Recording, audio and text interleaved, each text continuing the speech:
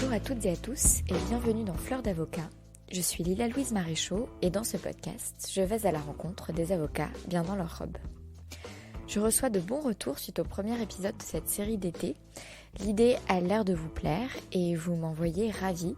J'espère surtout qu'elle vous encouragera à cultiver vos talents, vos jardins secrets et vos projets parallèles. Aujourd'hui, je partage avec vous une discussion au cours de laquelle j'ai moins ri. En même temps, comment égaler le potentiel comique du championnat du monde de l'œuf mayonnaise. Mais au cours de cette discussion d'aujourd'hui, j'ai pris beaucoup de plaisir et aussi elle m'a fait pas mal réfléchir et je vous parlerai de ces réflexions lors d'un prochain épisode de cette série d'été. Donc aujourd'hui, je partage avec vous mon échange avec maître Negara Haeri, qui est avocate au barreau de Paris et ancienne secrétaire de la conférence et pénaliste, et ensemble nous parlons de sa vie de pianiste. C'est un échange plein de douceur et j'espère qu'il vous plaira. Merci à maître Solène Caron et aussi à maître Rachel Le Vidal qui ont insisté pour que j'interviewe Negar, malgré mes réticences qui étaient dues au fait que j'ai également interviewé son grand frère Camille. Je vous souhaite une bonne écoute. Bonjour Negar Haeri. Bonjour Louise. Merci d'être mon invitée sur Fleurs d'avocat. Merci de m'avoir invitée. Alors Negar, je te propose qu'on commence par écouter un extrait d'un concert que tu as donné pour le Palais littéraire et musical le 7 octobre 2015.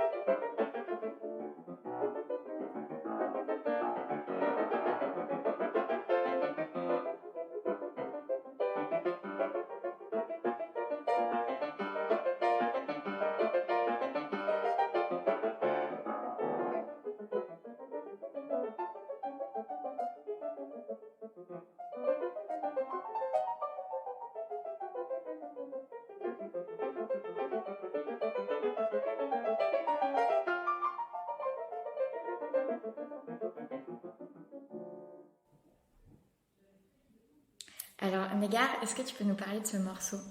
Alors ce morceau, c'est un morceau que j'adore. Ça s'appelle Les variations sérieuses de Mendelssohn. C'est un thème et variation. Ça veut dire que Mendelssohn a écrit une toute première partie qui est le thème, qui dure 2 lignes.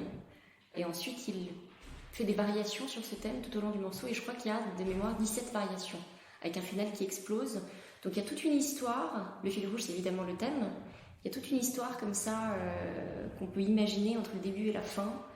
Et la difficulté avec les thèmes et variations, c'est qu'il faut vraiment à la fois penser chaque variation, qui sont vraiment des petites pièces propres, et puis ensuite voir tout le morceau dans sa globalité et trouver ce fameux fil rouge.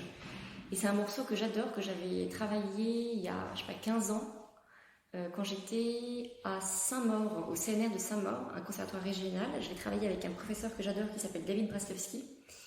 Et je crois même que c'est grâce à ce morceau que je suis rentrée dans ce conservatoire.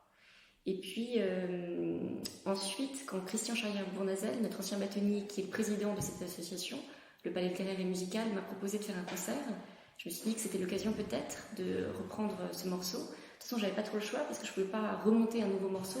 Donc il fallait que je puise dans les morceaux que j'avais déjà bien bossés. Et donc j'ai retravaillé ça hyper intensivement pendant l'été qui a précédé le concert chez mon autre prof de piano en Belgique qui s'appelle Colette Lansens, que j'adore. Je suis allée chez elle passer un séjour en Belgique, à Moucron, à la frontière franco-belge. Je sais pas, peut-être 15 jours. Et j'ai travaillé 5-7 heures par jour sur son super piano Fazioli.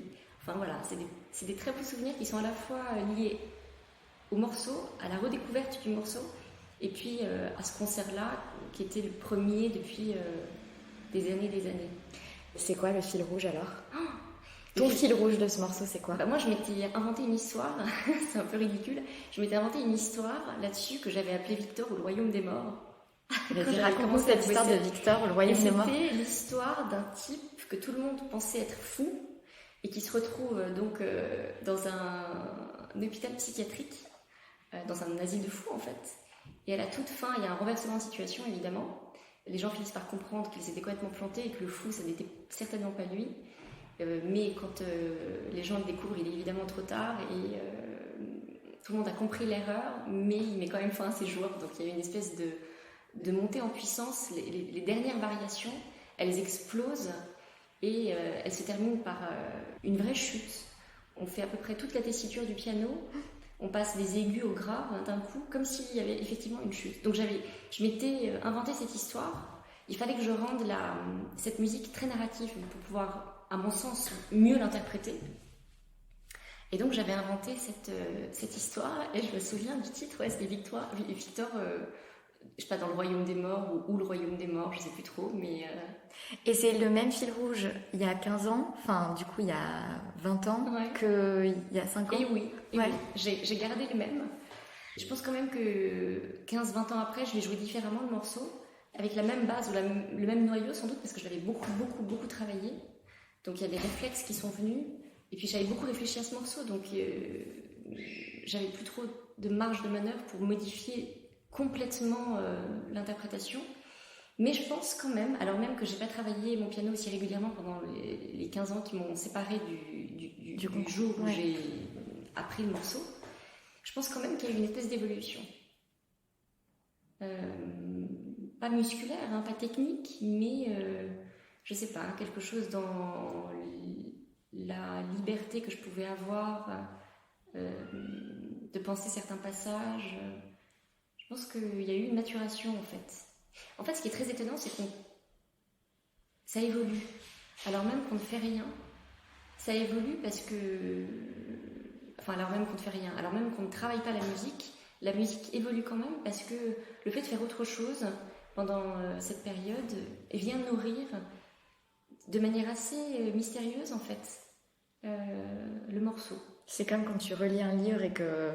Tu ne lis plus du tout les mêmes choses dans ce même livre. Exactement. C'est comme quand tu relis un livre et que tu te rends compte que les passages qui t'ont bouleversé la première fois que tu l'as lu ne sont pas les mêmes. Alors, c'est toujours émouvant d'ailleurs parce que c'est la preuve que tu as évolué. C'est exactement ça, ouais. Tu dis que ce morceau, pour le présenter à ce concert, parce que c'est un morceau qui est, voilà, comme tu dis, il y a 17 variations, c'est un morceau qui est très long, qui fait plus d'une dizaine de minutes. Je vous encourage d'ailleurs, chers auditeurs, à aller écouter l'intégralité du morceau. Tu étais secrétaire de la conférence alors ? Ouais. Tu dis que tu t'es échappée pendant 2 semaines pour aller travailler ce morceau chez... J'étais secrétaire de la conférence, j'ai été élue pour l'année 2015, pour la promo 2015, et je crois que l'idée de ce concert a émergé en avril, mai ou voire juin, je ne sais plus trop, et pour une date en octobre 2015, et c'était pas beaucoup de temps pour moi. Mais non. Parce que j'ai repris ce morceau-là, plus des impromptus de Chopin, et puis ça faisait vraiment 10 ans que j'avais pas joué en public, donc il y avait vraiment le trac et tout ce que ça pesait comme responsabilité quand même. J'avais envie de bien faire. Donc j'ai modifié toutes mes vacances et j'ai consacré mes vacances, donc les 3 semaines que j'avais réservées pour autre chose, donc je ne sais plus pourquoi d'ailleurs, je les ai réservées pour bosser ça. Je les ai dédiées à ce travail-là. Et par ailleurs, je me souviens que chaque minute de la journée était vraiment pesée pour me permettre de travailler. Et je me souviens qu'après des berriers ou des séances du concours, je rentrais à la maison et je travaillais sur mon piano qui est un système silent, dont on peut régler le son. Et je travaillais avec mon casque. Et donc je rentrais, je sais pas, vers 11h du soir et je travaillais jusqu'à 1, 2h, 3h du mat. Parfois, je travaillais beaucoup, en fait. Mais bon, quand on a envie de faire un truc, il y a une énergie qu'on a. D'ailleurs, je sais pas d'où ça sort, c'est quand même assez incroyable. Et l'énergie fait on n'est jamais épuisé, en fait. Ou bien on est épuisé, mais c'est un épuisement qui est tellement satisfaisant que ça n'épuise pas, en fait. C'est de la fatigue qui n'est pas épuisante, voilà. C'est de la bonne fatigue. C'est de la bonne fatigue. C'est de la fatigue qui donne envie de continuer. Enfin, c'est hyper compliqué comme période quand on travaille comme ça des morceaux de musique, parce qu'on est à la recherche d'un truc, mais on ne sait pas trop quoi, et en même temps on tient, parce qu'on a envie de trouver un truc qu'on ignore, quoi. Donc c'est très étonnant. Donc il y a une espèce d'obsession comme ça. C'est parfois difficile, parce qu'on a vraiment l'impression de ne servir à rien. Et puis il y a un moment donné où il y a quelque chose qui émerge. Il y a un déclic qui se produit, et on se rend compte que tout ce qu'on avait fait, tout le boulot qu'on avait fait, a fini par porter ses fruits. Il y a un autre concert, pareil, je pense avec le Palais littéraire artistique, pour le coup avec un orchestre qui dans la chambre de la première cour la première chambre de la chambre. Voilà, exactement. Alors là, tu le joues avec partition. Ouais. Mais il y a on sent que pour le coup, tu déchiffres pas en même temps que tu le joues, mais tu as vraiment besoin de ce support de partition. Ah ouais, et il y a un moment où alors que pendant tout le concert, tu t'es très concentré, tu vois, tu as les sourcils un peu froncés, et il y a un moment où tu te mets à sourire et... Ouais, je me souviens de ce passage. D'ailleurs, j'étais un peu mal à l'aise, mais je me suis dit, bon, tant pis. Alors ça, c'était un concerto de Bach que j'avais joué avec l'orchestre du Palais, qui est un super orchestre, avec un chef d'orchestre qui est donc avocat, un confrère, qui s'appelle Nicolas Lederman, qui est un type super sympa et très très très bon. Et j'avais bossé cette partition de Bach pour le concert, pour le coup. C'était pas un vieux truc que j'avais bossé, mais depuis toujours j'avais envie de bosser ce concerto parce que je le trouve sublime. Et alors Bach, c'est assez facile à déchiffrer, donc au départ on se dit ouais chouette, ça va très bien se passer, et en fait c'est impossible à mémoriser. Et je ne sais pas d'où ça vient, c'est un mystère, mais c'est impossible pour la tête. J'ai jamais réussi. Et donc au départ, j'étais partie avec l'idée que j'arriverais à apprendre par cœur, mais à la dernière répétition qu'on a faite, je me suis plantée et je me suis dit bon, c'est trop risqué de se planter avec un orchestre en plus. J'aurais pas su comment me rattraper avec l'orchestre derrière moi, donc je me suis dit que j'allais prendre la partition. Ça m'a beaucoup rassurée. Et effectivement, il y a un moment donné, c'est le 3e mouvement, je sais pas, tout à coup, je me sentais bien, et j'ai eu une espèce de prise de conscience que j'étais en train de jouer avec l'orchestre, pour la première fois d'ailleurs, parce que j'avais jamais joué avec l'orchestre avant, et que ce morceau était juste génial. Donc je sais pas, j'ai pas pu m'empêcher de mais non, c'est beau, c'est génial. Moi, tu vois, c'est le moment dont je me souviens. Ça se fait pas en général. En général, les musiciens ne sourient pas. C'est vrai? Non, mais parce qu'ils sont hyper concentrés. Et puis, je pense qu'ils sont tellement concentrés et tellement consciencieux qu'ils n'ont pas le temps de s'entendre ou de s'écouter, enfin j'en sais rien, mais en tout cas de sourire. D'être conscient de leur plaisir. Je sais pas, parce qu'il faut qu'ils s'entendent aussi pour savoir ce qui se passe, mais ça m'est jamais arrivé, je sais pas si ça m'arrivera, mais c'était un pur moment de plaisir. Et donc j'ai pas pu m'empêcher de l'exprimer, quoi. Ou de le vivre, vraiment sans pudeur. Non, mais c'est beau, moi j'ai adoré voir ce sourire et j'ai adoré te voir t'envoler un peu. Mais c'est une musique aussi qui est tellement sophistiquée. On pourrait vraiment danser aujourd'hui. Il suffirait de mettre un peu plus de basse et d'en faire un peu plus, enfin de mettre un peu plus d'électro dedans. Mais la musique de Bach, c'est une musique qui est tellement sophistiquée. Je suis sûre que, enfin, elle donne envie de danser en fait. Elle donne vraiment la pêche. Alors pas toutes les musiques de Bach, mais celle-ci, par exemple, enfin, elle est géniale, quoi. Je pense que Négar va nous préparer un petit remix. Mais j'aimerais tellement le faire. Après le piano. Ouais. Ce serait, pourquoi pas un jour. C'était la première fois, donc le concert de 2015, c'était la première fois que tu jouais devant des confrères? C'était la première fois que je jouais devant des confrères. C'était la première fois depuis 10 ans. J'avais fait un concert quand j'étais étudiante J'étais alors à Nanterre et avec un copain économiste, Camille Landais, qui est par ailleurs violoniste amateur, on s'était dit qu'on allait faire un petit concert. Et donc on avait invité des copains, on était à peu près tous étudiants à l'époque, plus ou moins. Et donc le dernier concert remonte à celui-ci. Mais c'était beaucoup plus informel, c'était chez des amis, ils étaient tous là assis par terre. Mais on l'avait travaillé très sérieusement, on l'avait préparé sérieusement, mais c'était pas aussi formel que celui-là. Et le concert de 2015, d'octobre 2015, il faut quand même leur rendre hommage, on a fait intervenir 2 copains, Shani Di Luca, sublime pianiste, d'origine sri-lankaise et monégasque, et puis Gabriel Le Magadur, génial violoniste, qui est le 2e violon du quatuor Eben. C'est des copains à qui j'ai demandé de partager la scène, parce que j'étais assez mal à l'aise à l'idée de l'avoir pour moi toute seule. Alors il y avait aussi notre confrère Mathieu Juglar, qui est mon 7e de la promo 2015, qui chantait, mais je voulais qu'il y ait des professionnels avec nous, ça me rassurait. Et Shani et Gabriel ont très très gentiment accepté de donner un peu de leur temps et de leur talent. Donc on s'est partagé la scène et ça a été hyper sympa et je leur en suis hyper reconnaissante. Et ça t'a fait quoi de jouer devant des confrères ? Oh, je pense que j'ai pas fait la différence entre confrères et non confrères. J'étais contente parce que j'avais des copains qui étaient dans la salle, notamment ma promo. Et c'était chouette de la conférence, donc mes 11 autres frères et sœurs de la promo 2015. Donc j'étais hyper touchée qu'ils viennent. En plus, c'était un peu un sujet. C'est-à-dire que les mois qui ont précédé, c'est Negar qui bossait son concert. Donc c'était marrant eux qui avaient un peu été les témoins de ma préparation. C'était vraiment très très chouette qu'ils soient là. Je suis hyper touchée et émue quand j'en parle, quand j'y pense. Donc j'avais quasiment que des copains qui étaient là. Tu dis que ça a été un sujet, Negar qui prépare son concert. Vous étiez un peu organisé autour de ça, dans la manière dont vous dispatchiez les dossiers entre secrétaires ? Pas forcément, mais il m'en voulait un peu moins. Au niveau du boulot, non, mais il m'en voulait un peu moins quand j'étais moins présente. Pour les événements ? Pour les événements, ouais, c'est plutôt ça. Ils ont complètement respecté le fait que je me sois un peu isolée pendant un temps, parce que j'étais hyper préoccupée par ce concert. C'est-à-dire que ça prenait la moitié de mon temps dans la tête. J'avais le travail, et puis le reste, c'était ce concert. Et puis, comme je n'avais pas joué en public depuis 10 ans, j'avais hyper peur de jouer... Enfin, il y a eu toute une préparation psychologique mentale que j'ai faite avec moi-même, pour essayer, dès 4 mois avant la date, de réfléchir à comment gérer le trac. Et alors ? Je me suis vachement projetée le jour J. Je me suis vachement rassurée aussi en me disant que, de toute façon, le jour J, je serai prête. Et que, vous savez, quand on se projette, souvent on se projette en ayant en tête l'état dans lequel on est au moment où on se projette. Et comme on n'est jamais aussi bien préparé que le jour même, on se dit toujours qu'on ne sera jamais à la hauteur, au moment où on se projette, au moment de la projection.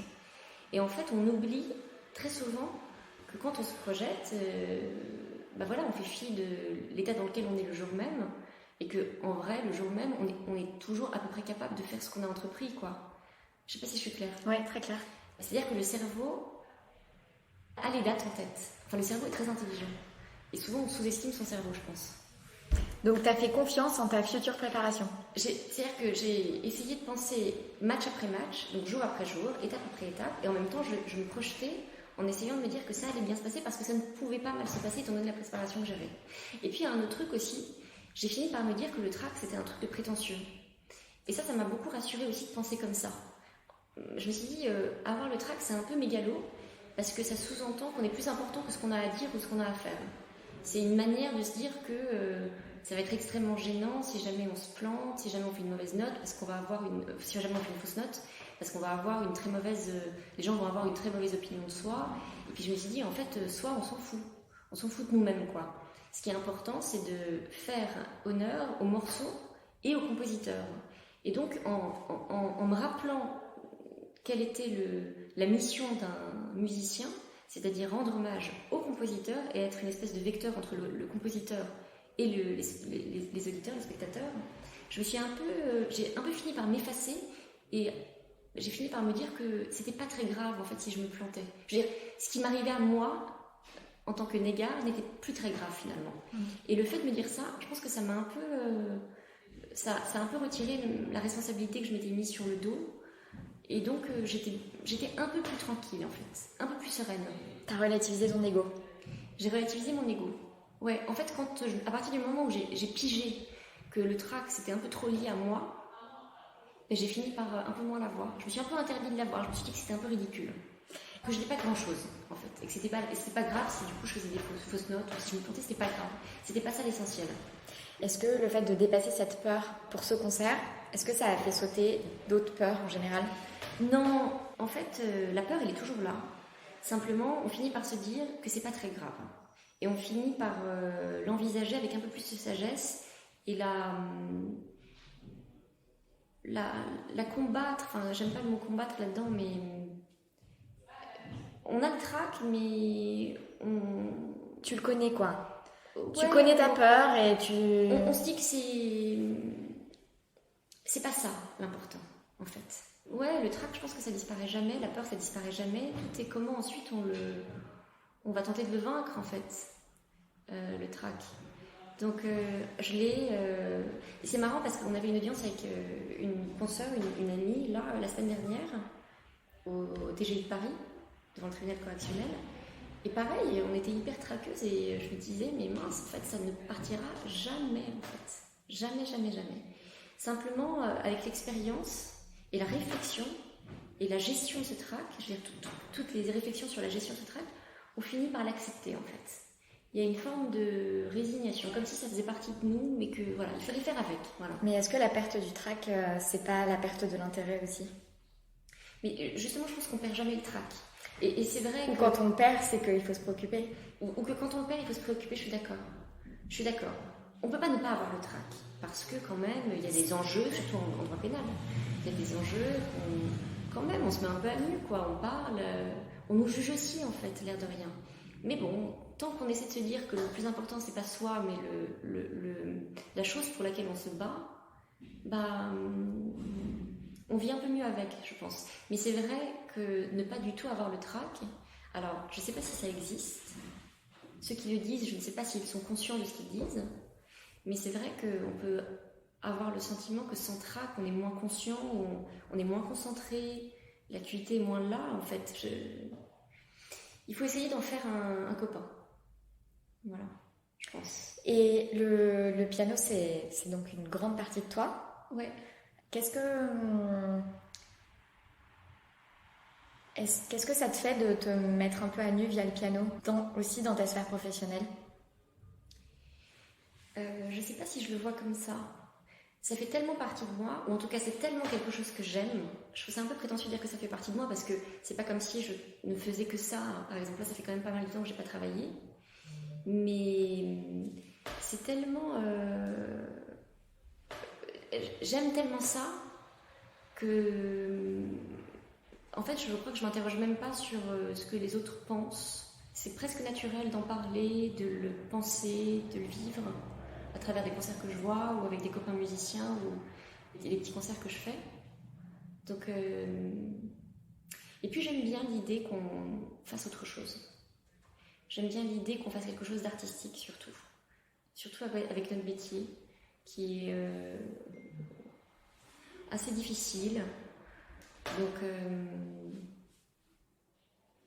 enfin, j'encourage les gens à creuser. Je pense qu'on a tous quelque chose d'un peu artistique à exploiter. Toi, qu'est-ce que ça t'apporte par rapport à ta vie d'avocate? Alors, et en général? Alors, je pense que ça me rend heureuse. Ou en tout cas, heureuse, c'est peut-être un peu trop, mais ça me donne des moments de bonheur. Ça me fait vraiment du bien quand j'écoute de la musique classique, en tout cas celle que j'aime. C'est quelque chose, je sais pas, ça me donne la chair de poule. Enfin, c'est une sensation vraiment qu'il faudrait que tout le monde vive assez fréquemment. C'est hyper agréable. Je pense qu'on l'a aussi dans d'autres domaines, mais la musique, c'est quand même quelque chose qui enrobe. Donc, je pense que c'est quand même plus fort que la littérature ou même la peinture. Peut-être que le théâtre fait ça aussi, en tout cas quand on est comédien. Donc ça, c'est vraiment une espèce de bien-être. Alors, c'est ponctuel, évidemment, c'est des moments de bonheur qui sont ponctuels, mais c'est vraiment là, et c'est vraiment riche, et c'est vraiment fort. Donc ça, déjà, c'est un truc super. Et ensuite, la pratique de la musique classique. Je pense que c'est une forme d'éducation supplémentaire, ou une forme de langage supplémentaire. C'est comme si on parlait une autre langue. Je sais pas, ça forge ça forge le caractère en fait. C'est comme si on avait un troisième parent. Quand on en fait, surtout quand on en fait assez jeune, ça apprend à faire attention, à observer, ça apprend à faire attention aux détails, à prendre conscience de l'importance des détails. Et là, c'est une prise de conscience physique. C'est-à-dire qu'une toute petite allitération en musique classique, en musique, donc c'est une toute petite, un tout petit symbole, un dièse ou un bémol ou un bécard, qu'on met devant une note et qui vient complètement modifier la couleur du morceau. Donc c'est un tout petit détail qui tout à coup va donner une couleur complètement nouvelle et elle s'entend la différence, elle se voit en fait. Et donc très jeune, avec ces petites choses-là, on se rend compte de l'importance des détails par exemple. Et puis ensuite ça reste. C'est-à-dire que le jour où j'ai su que le détail était important, grâce à la musique, je pense que je l'ai su à vie. Et donc il y a plein de petites choses comme ça que la musique apporte, en tout cas la pratique je pense, surtout quand on en fait jeune. Donc il y a évidemment le sens du détail, il y a le travail aussi. C'est-à-dire que le résultat, il est là sous les doigts. Quand on ne travaille pas, le morceau, on ne le joue pas. Donc comme le résultat est physique et visible, on se rend compte tout de suite que le travail paye. Et ça, je pense pareil, quand on est très jeune, voire enfant, en prendre conscience, il y a déjà quelque chose de gagné pour la vie, je trouve. Donc il y a plein de petites choses comme ça. Et puis, il y a une forme d'empathie qui se développe avec la pratique de la musique, l'intérêt pour les métiers artistiques, les domaines artistiques, parce que on est obligé de... On peut être amené, comme moi je l'ai fait avec les variations sérieuses par exemple, à inventer une histoire par rapport à ce qu'on croit que le morceau raconte. Donc ça oblige déjà à se mettre un peu à la place du compositeur, à se mettre un peu à la place de personnages irréels, qu'on invente, mais rien que le fait d'inventer, rien que le fait d'inventer un personnage, de se dire que un autre que soi existe, c'est déjà une forme d'empathie qui se crée, je trouve. Et alors pour jouer à un morceau, tu imagines une histoire derrière. Est-ce que pour plaider un dossier, tu imagines une musique qui l'accompagnerait? Non, jamais. C'est marrant, j'ai jamais fait ça. En fait, la musique, je pense que la musique vraiment en tant que telle, la musique classique que j'écoute, que j'entends, que je travaille, je pense que je l'associe pas aussi directement avec mon métier. Je pense que c'est indirect. Tout ce que la musique m'a appris, je pense que je peux le transposer plus ou moins à mon métier. Les réflexions que je me suis faites sur le track, notamment, c'est quelque chose qui est transposable, parce que c'est un peu la même chose aussi. C'est-à-dire le track reste le même, le track de jouer en public ou le track de parler en public, que ce soit dans un prétoire ou dans une salle de concert, ça reste à peu près la même idée. Donc, les réflexions que j'ai tirées de la musique, et encore réflexion, c'est un grand mot, mais bon, toutes ces idées que je me suis faites, elles m'aident ensuite au quotidien et dans mon travail, mais sinon, je dissocie quand même beaucoup les deux. Ouais, c'est assez hermétique. Ouais, quand même. Donc en fait, le point de rencontre, c'est ces concerts, c'est les représentations, c'est... Le point de rencontre, alors c'est les concerts, parce que les concerts se font dans un cadre où il y a beaucoup d'avocats, mais le point de rencontre, il est surtout dans la réflexion, en fait. Qu'est-ce que le métier d'avocat? Qu'est-ce que le métier de pianiste? Alors le métier de pianiste, tu nous as dit que c'était de se mettre au service du compositeur et de la musique pour le transmettre à l'auditeur. Et le métier d'avocat? Mais le métier d'avocat, c'est la même chose. Simplement, c'est être au service de son client, ou en tout cas du client plus que du dossier, je pense. C'est ça, mais c'est un peu la même idée. Hein. C'est que c'est arrêter de se prendre un peu trop au sérieux. Et puis, penser comme ça a des conséquences. C'est-à-dire que du coup, il y a peut-être un peu moins de place pour les effets de manche ou pour tout ce qui est critiquable dans l'idée qu'on peut se faire d'un avocat, du coup, a tendance à disparaître, en fait. Parce qu'on essaie d'aller au noyau. Voilà. Qu'est-ce qu'on a à dire? Et qu'est-ce qu'on a à dire pour lui? Qu'est-ce qu'on a à dire pianistiquement pour ce compositeur, pour ce morceau? Voilà.